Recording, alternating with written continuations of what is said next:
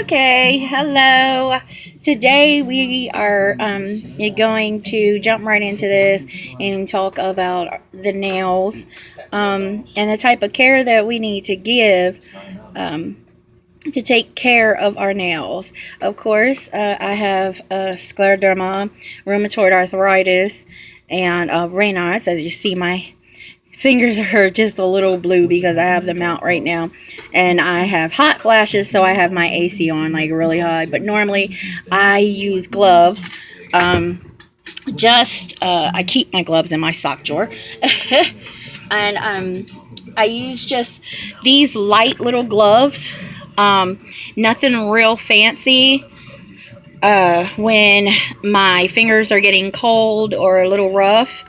And I usually would put some very thick hand cream or some Vaseline on and stick them in stick my hands in there to keep them warm, but also to keep them very moisturized, so that my skin does not harden up. Okay, so let's get started as far as the nails are concerned. First thing, buffering. We do not want to buffer our nails because, first off, we are taking the natural little bit of oils that we do have on them off.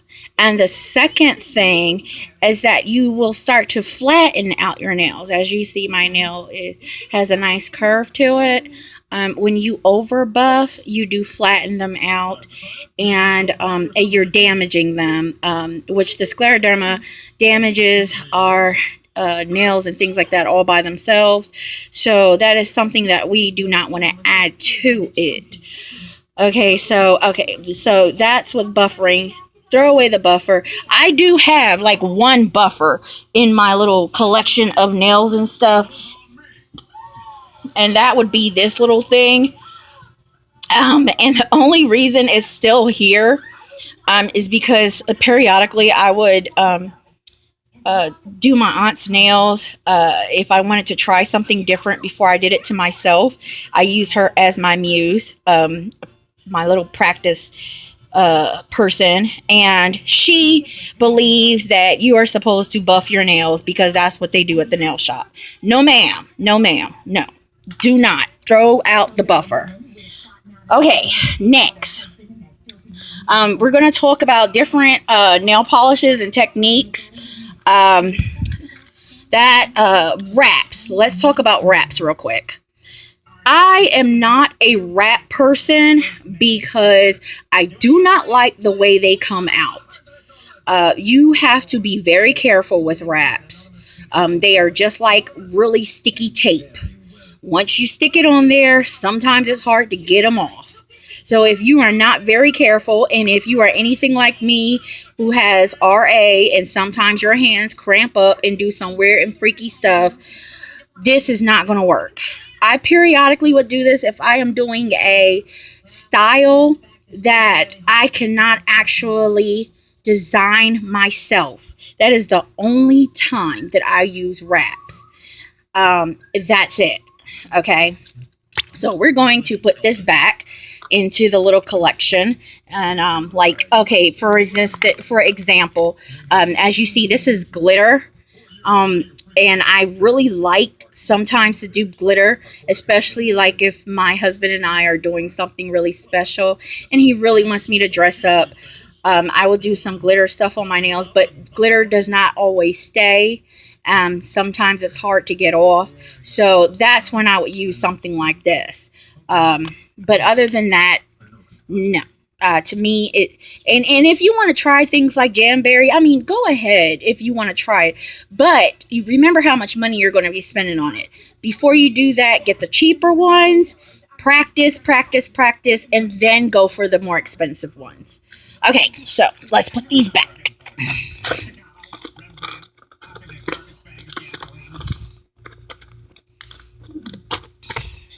Okay, so next thing we're going to talk about. For me, I know you see these falsies right here. Now, I use falsies when my nails are going through the changing period. We all go through it. Us that have autoimmune disorders during the winter, our nails get really funny, our fingers get really funny. My nails will break. Instead of me having different lengths of nails, I might put on one or two falsies while they grow back out.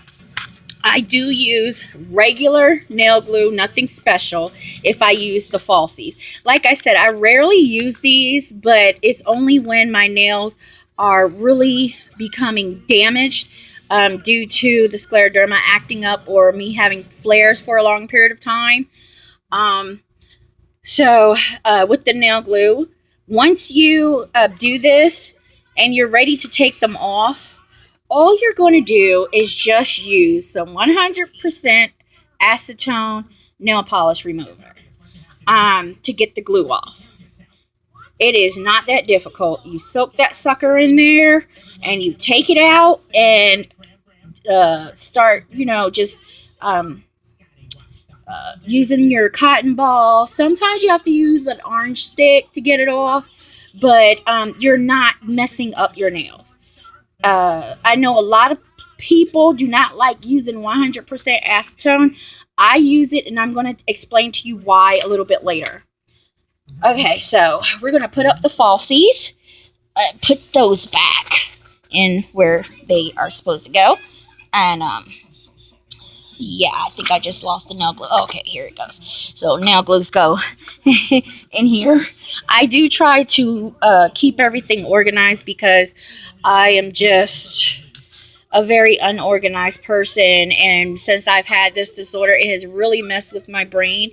And when things are not organized, when they're not organized, I don't know, it's like it clicks or something. Something goes wrong up there, and I get confused and weird stuff. But let's get past all of that stuff. Okay, the next thing we're going to talk about is going to be the nail polishes, our base coats, and top coats, which are these three for me. Now, as you see, for nail polishes, I use Julepe. And one of the things that I love about this company, again, as you see, yeah. We don't hold on to things too long. That's that RA in it. But okay. So this is a vegan. Okay, it's very, very the least amount of chemicals possible in this.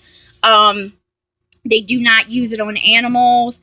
It's and the product is awesome. It is as organic as you can get it. And I absolutely love this company and all the products that I have gotten from them. This I will paint on my nails and it would be dry like within 5 minutes. And I'm being like really, really serious. I'm not exaggerating. I do use their base coat. Always use a base coat on your nails before you put on your nail polish. This will help to protect your nails from any type of chemicals. This would help protect your nails from any type of chemicals. And you really need to do that because if you don't, sometimes the chemicals in certain nail polishes, especially if you don't have like a vegan nail polish, will seep into your skin and it could irritate your Raynaud's, your scleroderma, things like that. This is what I have noticed. I'm not sure if regular people have those problems, but this is just for us people that have autoimmune disorders. I always use a top coat. It really doesn't matter which top coat you use. I like shiny top coats. So at this point, these are not going to seep into your nails. So you get whatever top coat is best for you. Some are quick dry. This one is an acrylic top coat. So it's glossier and it's a little bit harder and it doesn't chip as fast. They have no chips, things like that. But one thing that I do want to say is not always do you want to go cheap with your top coats, especially if you do not paint your nails on a regular basis. If you do not paint your nails on a regular basis and you do them like once a week or something to that effect, you want to go with something like Essie. Now these are about $8, but they do last about a week. And if you really don't do much housework, it could last longer than that. But this is really good too. But I rarely use Essie because it's just I like using the other ones. It's just not as shiny as I would like it to be when I put Essie on. Okay. So, all right. So we talked about the top coats, the base coats, the nail polishes. Let's get into cuticle oils, okay? Now, here's Julepe. I do use this, and it has shea butter. It's a cuticle and hand stick. You do not want to cut your cuticles or push them back when you have different hand problems or different diseases that can affect your hands. You do not want to touch those cuticles. Your cuticles are like the gateway to your fingers. And when you mess with them, what I used to notice is that I would get these little strip things that would be all over here, and it looked so nasty. And I stopped doing it. And when I stopped doing it and started moisturizing it instead, they would automatically go back by themselves. I never had to push them back.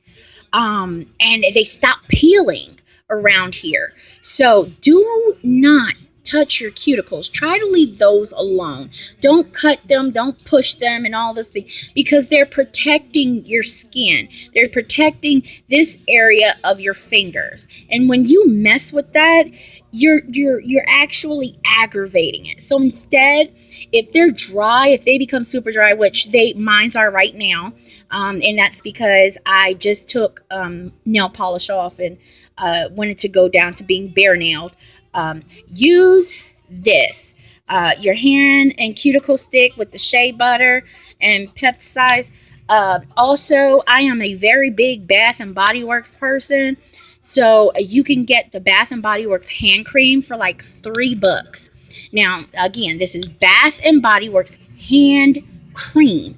It's in a small bottle. Actually, you know what? If you give me one moment, let me see if I can get that for you. And I'm going to show you what these things look like. Okay, so there are these. This is a Bath and Body Works hand cream. This is Caribbean Escape. I have like 10 of these things because when they go on sale, they're like $3 a piece.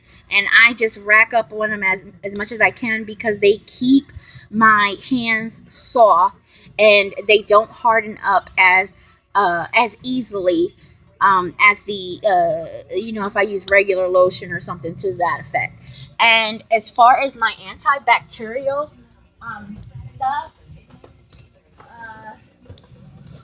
okay, they also have a line of antibacterial hand gel, which of course we can't really get sick, so I have a bunch of these too, and I tried to match them up with the hand creams because they smell so good.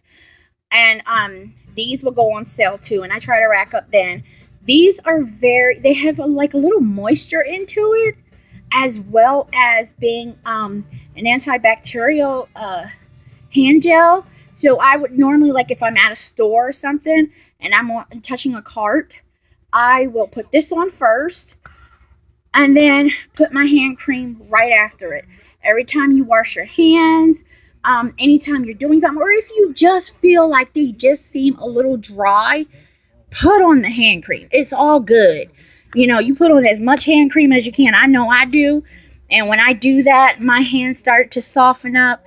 And I was just like, I cried, okay? I'm just not even going to sit up there and lie about it. Okay, I cried. Next. Okay, so we're going to talk about the nail polish remover. 100% acetone nail polish remover is what I suggest. I suggest this because you're using less nail polish remover to get the nail polish off your hands. And 2, it's going to dry your fingernails out, which will completely clean them of any dirt and grime. Okay.